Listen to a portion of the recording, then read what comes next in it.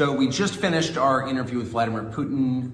We're in an ante-room in the Kremlin, waiting for our car to come, having a cup of coffee. I'm sitting here with the folder, kind of old-fashioned, I haven't even opened it yet, of documents that Putin gave me.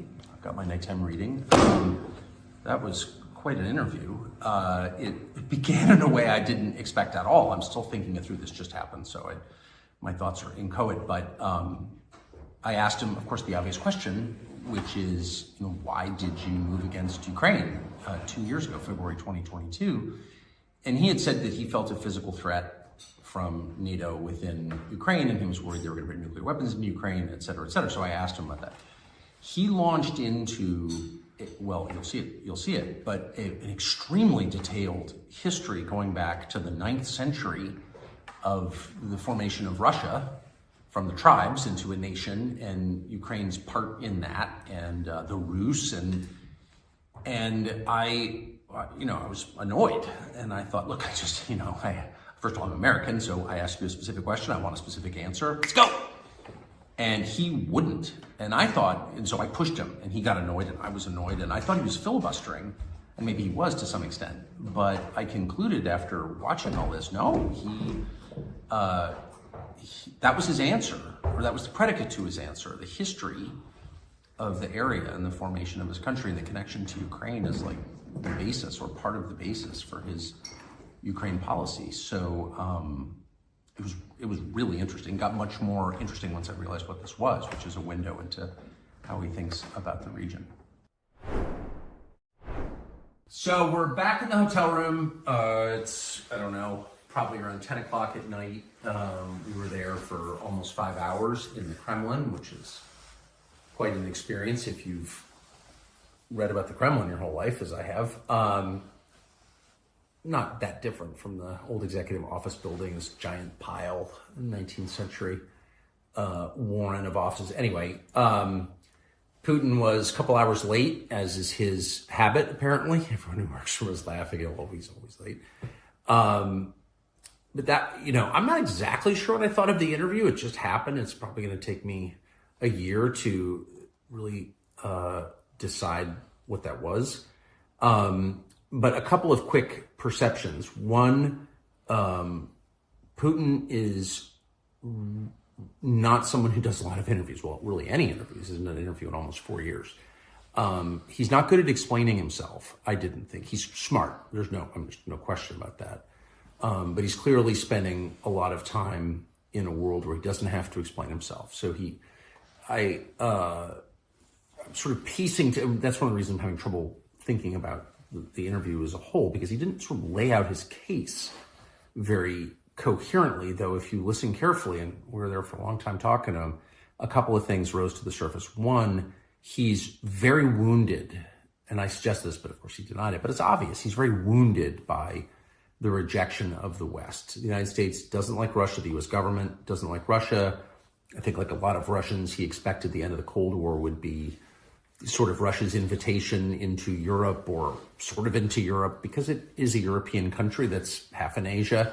But there's a lot that's European about it. And if you come to Moscow, it's a very European city. You see it, and you can feel it culturally. And the West rejected Russia. And maybe, I'm not even taking sides in this. Maybe they were good reasons. I don't know what they would be, but in any case, the West was determined not to be allied with Russia. That's very obvious. That's the whole point of NATO, I guess, is to contain Russia. And Putin is wounded by it. He's very upset about it. His eyes flashed when we talked about that, as we did, for probably over an hour. He didn't have a coherent theory that he was willing to tell me anyway as to why that is. Russia's not an expansionist power. Sorry. You're not supposed to say that, because all the Tory and Newlands and all the liars and ideologues who run the State Department want to make him into this, Hitler, Imperial Japan. But the truth is that that's just false. It's just stupid, actually. You have to be an idiot to think that. Russia's too big already. It's the biggest landmass in the world. They only have 150 million people. And they've got, 80-some effectively provinces or semi-independent states, but different nationalities and religions and languages. And imagine managing all that. They've got more than enough natural resources. They're swimming in natural resources. They don't have enough people, in their view. So the idea that they want to take over Poland, why would you want to do that? They just want secure borders. Maybe they're too paranoid about it. Totally possible. Again, not taking sides. But the idea that they're going to roll into Vienna or something, you'd have to be like an idiot to think that. It's just not true. There's no evidence of it, actually. And the professional liars in Washington really don't know anything about the area or really anything about the world beyond New York, have convinced themselves, or I think he's trying to convince you, that this guy's Hitler and he's trying to take the Sudetenland or something. It's like not analogous in any way. Whatever Putin's many faults, okay, it's not an expansionist power. So I can't even recall my point exactly, other than he is, to the extent he's angry, and that it's obvious, he's angry because he feels like, whoa, why, I thought we were going to be friends. And again, maybe that's his fault, but he's definitely mad about it. And the second thing I would say, which I thought was kind of really striking, is that he was willing to admit that he wants a peace deal in Ukraine, and sort of give it away and just sort of say that out loud. He said it a couple of different times. Again, maybe he's lying in ways I didn't perceive, but he kept saying it. And I don't know why he would say it if he didn't mean it. And of course, there is, as a matter of fact, there is evidence overwhelming that there was a peace deal or part of a peace deal at the beginning of peace talks, a settlement of some sort on the table a year and a half ago, that the former Prime Minister of Great Britain, Boris Johnson, scuttled on behalf of the Biden administration and convinced Zelensky and the Ukrainian government not to enter into these talks. I mean, that's kind of an established fact. The Israelis were there. They revealed this, and that happened. So, but Putin, for his part, again, even talking about Putin, you feel like I'm flacking for Putin. I'm from La Jolla, California, not flacking for Putin. Please.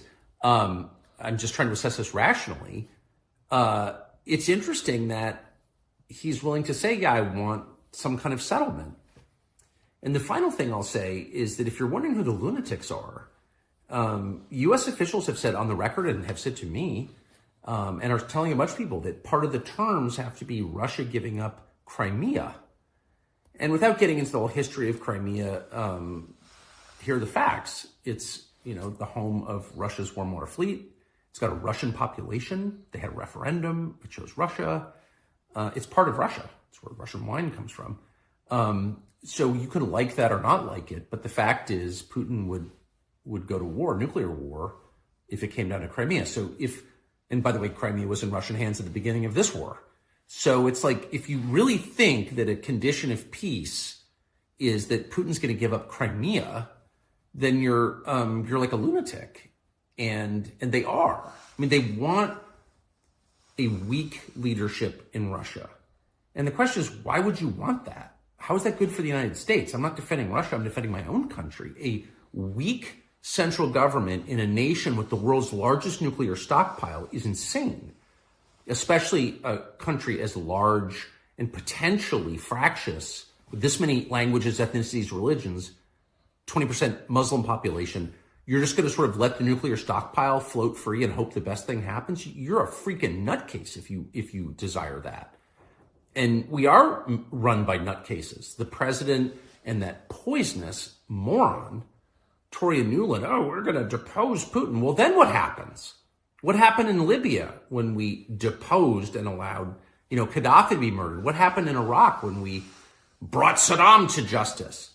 Those countries fell apart and they've never been rebuilt again. In Afghanistan, we took out the central government and they came back. It's still run by the Taliban. So our track record of knocking out the leader, which is very easy to do, is spotty at best. Things don't always get better. And to do that to Russia, the largest landmass in the world with the largest nuclear arsenal, you're on drugs if you think that's a good idea.